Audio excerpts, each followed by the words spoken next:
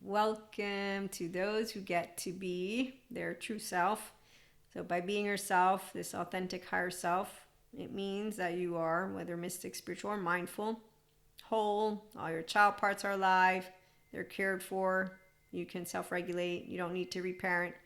And so when you're living a life like that, that's where the higher authentic self comes into the mix. And that's why you know the value of self reflection and meditation. Meditation involves your mind and mindset. So you also have mindsight. So bilateral integration. And if you are new, I fuck up words and forget things. So please bear with me. It will never be perfect because I'm a healthy perfectionist. So when I said we have two frontal cortex, we have one prefrontal cortex, we have two frontal lobes. And that's also because I'm all excited when I talk about these topics. So my mouth moves slower than my thoughts, or is it the other way around? Okay, so when you are being your true self, you have those child parts, which you can call whatever words you want, but they'll come up with their ages or their emotional charge. You'll notice it, which is why we continue to do emotional, mental intelligence practices as we continue in our life, self-help for self-agents. And that's with mindful mindset practices with me as a mentor, or with the paid content as a content creator, also for free. We have some playlists out there. And then I get spotlights. I spotlight people that are doing great things, and I do readings. I have a bunch of cards. I don't know if I'll use them here though, but I might integrate some 5D mystic stories in a bit. But first, let me continue to share with you, because I wrote it all out and down. So being you, it means you don't lose yourself or your humanity, and your true essence is part of your everyday. So those child parts, that's why you're a sense of self that's owned. And your true essence as a human is that of love. And that's where, if you do want to hear more about Maria, I am a co-author of the book, The Ways to God. And you can hear a little bit about my story, as well as that which is beautiful God. He's discerning, equanimous love, beautiful Jesus, Holy Spirit, and then my entry into mysticism. And that is just like how many different ways. Once we have our tears, we'll have more stories, and we'll have campfires. Even if they might be virtual, we'll still sit at a campfire. But virtual, there will be things not spoken. In person, that's fun, isn't it? Don't we remember when they would have stories that would go from ear to ear, right? That's how legends were born, or whatever. We're going to do that. I think that's going to be fun because, it's always fun. Oh, our true essence remains not only with Purusha, pure energy, which I call, Purusha is pure consciousness, Prakriti is pure energy. And so Purusha is the Shiva part, Prakriti is the Shakti, and that's the Shiva masculine, Shakti the feminine, and their energetic dimensions and embodiments. In fact, actually, today Sadhguru shared with us something important. Heaven and hell are not geographical locations. They are dimensions of experience, and that's exactly what you are. Now, we talked about intelligent minds, how we don't put science, spirituality, mysticism, or God at odds. You can call it whatever you want, God, Akash, Source. The part of how people think we should be respecting that word in and of itself is subjective. And when you meet empowered human beings, they actually don't make this respect word like a big deal. The ones who have self-righteous, contemptuous batons, who could use Patrick Tiahan, yes, they're the ones who actually act like they know everything, and then they think that suits make there's an Italian saying, the suit doesn't make the monk. And in fact, that's exactly why when I get told that cursing is vulgar, I say, no, not in this era. But that's okay. Anyone who thinks that cursing is vulgar obviously is a person who doesn't know how not to judge a book by its cover. So do I appreciate that there's a specific level of decorum? Well, not my role. I'm not a professional that chose to be in a specific seat. Meantime, I found out that in rooms that are supposed to be professionals, they throw chairs at each other, which is why I don't even bother with there's good and bad ones. Yes, good means you don't throw chairs, means, prefrontal means you're a functional child. Adult means you're compassionate and you don't speak stupid stuff from your mouth. And you don't judge our brothers and sisters. There's no demons inside anyone. The mystic here continues to refer to that so we can make sure not to dehumanize and demonize people who don't need to. There's Gargamel in the corner. Again, I come in communion with God. He allows me to say whatever I want. No, he nudges me on some occasions. And that's because, of course. But it's not in the way that you might think. And Akash, Source, Anima, Mundi, it's all one and the same, by the way. And cosmic karmic balancing, it does happen, which is why I'm not worried for the earth. Plus, I come back in the future. Future. It won't be Maria. I'm an Akashic record reader. Did I mention that? It's really fun to know your past lives, all your lives, future lives. My family makes fun of me because they say, you don't love us. We're not there. I said, I didn't have enough time to spend on the spaceship. You might be there. I don't really want to go spend more time there because, really I'd have to enter into a different type of meditative state than I'm talking about. And that's not productive or proactive. I'm trying to support people who want to do spiritual and personal growth, not spend time in that which I will be my future. And I won't remember now. So really, why do I bother? Why would I bother? I already got a glimpse and I got to tell the person who's in the future what happens. And that's the most important part. That way they can know. And so by being yourself, again, right here, do we feel alone, mystics, when we come out? No, we actually don't. Tune into the other episode if you want to hear what I think about people who don't believe in us and God. That's hilarious. So being you means you don't lose yourself. I'm right here.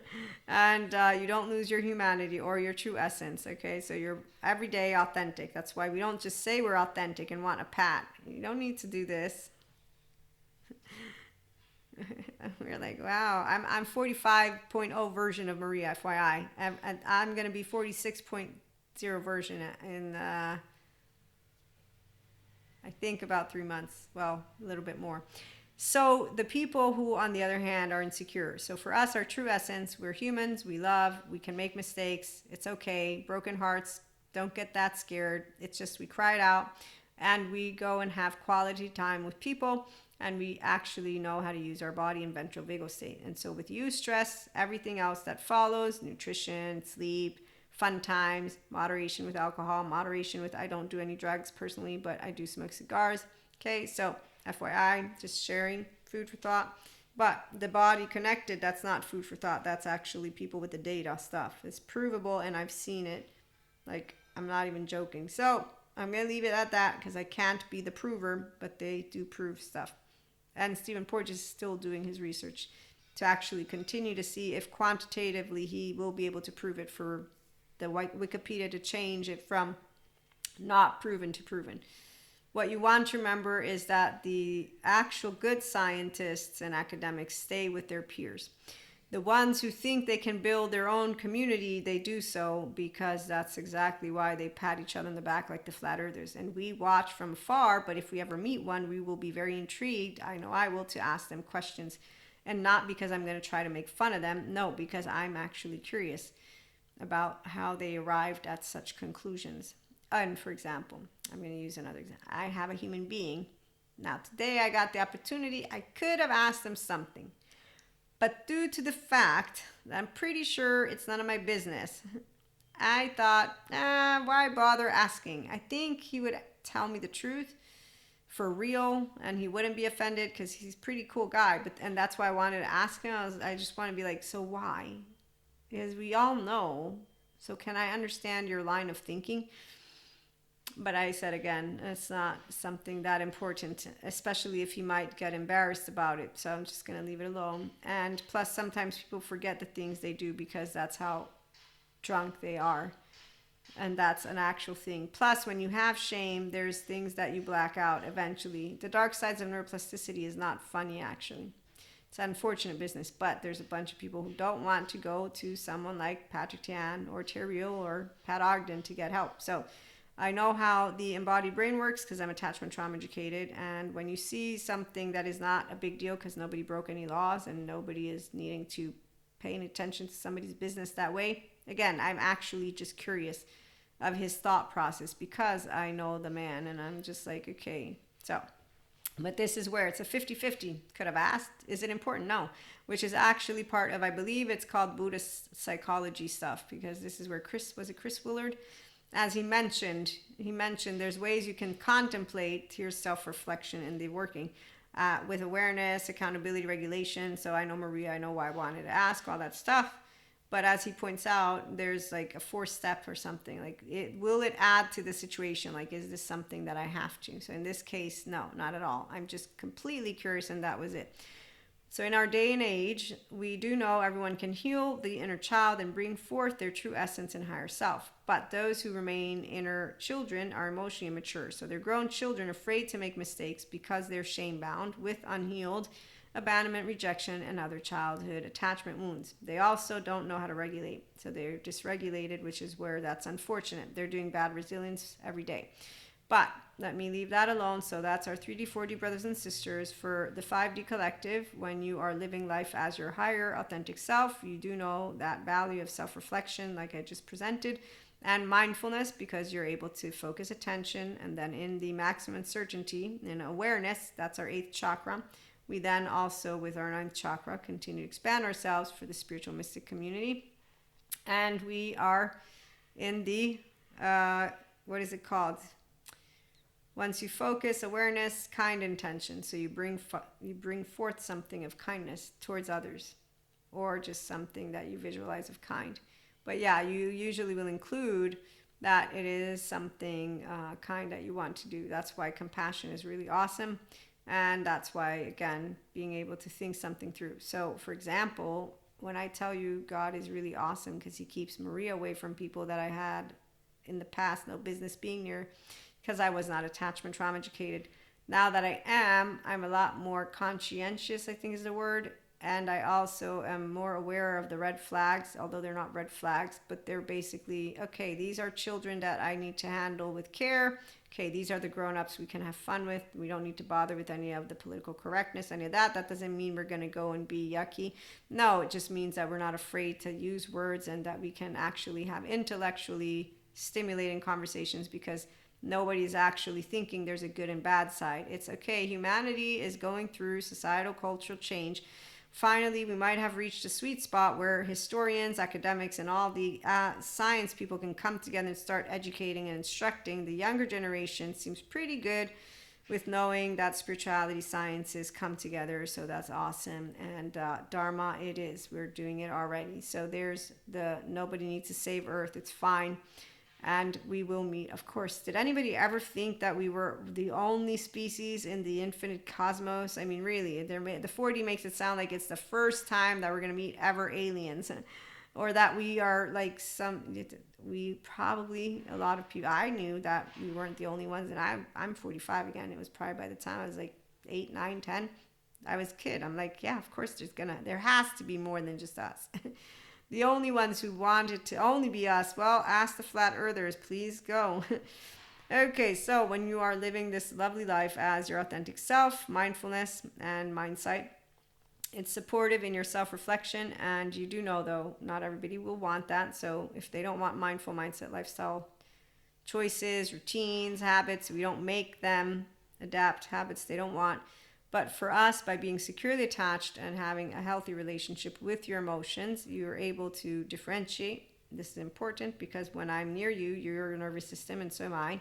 So I'll differentiate. Then I'll be able to discern because I'm present and I'm attuning to you thanks to my curiosity. And then I'm also going to be able to resonate with you and trust. And so now that I, with curious, open, accepting, and loving, am present, I'm in the prefrontal and the now. Dr. Daniel Siegel has a lot of great acronyms. So with differentiation comes discernment. So I say, oh, my nervous system was fine 2 seconds ago, and I acclimate, and then I can resonate and have a good conversation because I'm going to deeply connect. But let's say I say something and you say, no, I'm great. I leave it alone because that means you don't want to talk about it. And so that's why it's really fun to be an independent human being who's differentiated. So you're able to differentiate, discern, and deeply connect with all independently from their choice, the people who choose to live suffering or love. Okay, so for us, emotionally mature, intelligent, available, and vulnerable people, we're not afraid to make mistakes. We love life. Those who suffer it don't love it, okay? And they will come in with their adaptive child part, their Jekyll and Hyde face, which is why we will then have what is called not a deep connection. We will learn how to not talk about things. So, for example, with me and God and mysticism, the minute I will realize that it is not being, what's the word that I'm going to look for? Honored and respected, independently from your belief. If you haven't experienced it, then if you're smart, you know that you cannot know of something you have never experienced. Which is why smart means stable, mature, adaptive, rational, teachable. You will have humility and curiosity. That will be in the lead. not grandiosity, not contempt, not any of I know better, not any of that arrogance that seeps through every single inch of the bones of those who are not true scientists, meaning the smart ones. So it doesn't matter who it is, the minute that tone and that mannerism will come up, if it's once, twice, thrice, that's it. I'm done talking about something sacred. It's not good or bad, but that's the disconnect. So that means simply that those individuals who have chosen to cast judgment and cast in stone, that's an adapted child. That's why they're selfish. In that moment, they're actually allowing themselves to egoically make their belief more truer. It's also called effective realism than yours. And you'll perceive it, and you will not share that depth of you because they've just chosen to say you are not real, quote unquote. But you're not unseen. You don't go crying about it and being too upset. It's a subjective experiencing life. So who gets to miss out? Nobody's missing out. They don't have self-reflection, awareness, accountability, or regulation. They won't notice it. Like my facade friend, he talked over me from the first conversation to second. So don't expect somebody to actually notice because they're not caring, because they don't think it's true. You see what I'm saying? Which is why, as Patrick Chan points out, when you're in a relationship and only one of the two does the work, it still is kind of lonely. Not for one who is a grown-up, by the way. He's talking to those who need him to heal from childhood trauma. Those who are grown up in the absence of needing Patrick Chan, it's not lonely. It's I'll stand up for Maria and what I believe in. I don't need your pat on the back. You won't get to know all of me. You won't notice the difference because you didn't care to in the first place, as you think that what you think is true. It's called the non-differentiated self-person, who doesn't recognize there's differentiation. So that's the part. They need to be the one who are curious, open, accepting, and loving, present, attuning, resonating, trusting, and meaning that they care to get to know all of you. It's not actually something that you are, to me, because I know all of me, they're going to miss out. But to them, they're not, because they don't think what I experience is true. And so at the end of the day, nobody really loses anything. That's why you always come to like-hearted community. But when I hear the mystics are like, I'm all alone. I was alone. I'm never alone. Why would I be alone? Because we don't have the way of thinking, believing, cherishing. So you can cherish something, especially communion with God. It's your personal. That doesn't need to be shared with all. What's disappointing is something different. So being emotionally mature, intelligent, available, and vulnerable makes it so that you are not at odds when meeting people who love or suffer it. Life, you, differences. And so the free will that you have and they have, we know it's to live and feel. If somebody's going to continue with the lower frequency, they call a lot of the modern day therapists buffoons, and they don't do any of the work. And that's not something you make them do. And then we have scientists who say they don't have free will. But we don't make someone get their mental, emotional, and physical maturity on. That's something that's personal. In the meantime, for us, as we choose to live our infinite higher human conscious potential experiences, those of you who will be back, it's because of that integrated brain, the body, the mind, the brain, and the heart, and self. It's in VBS.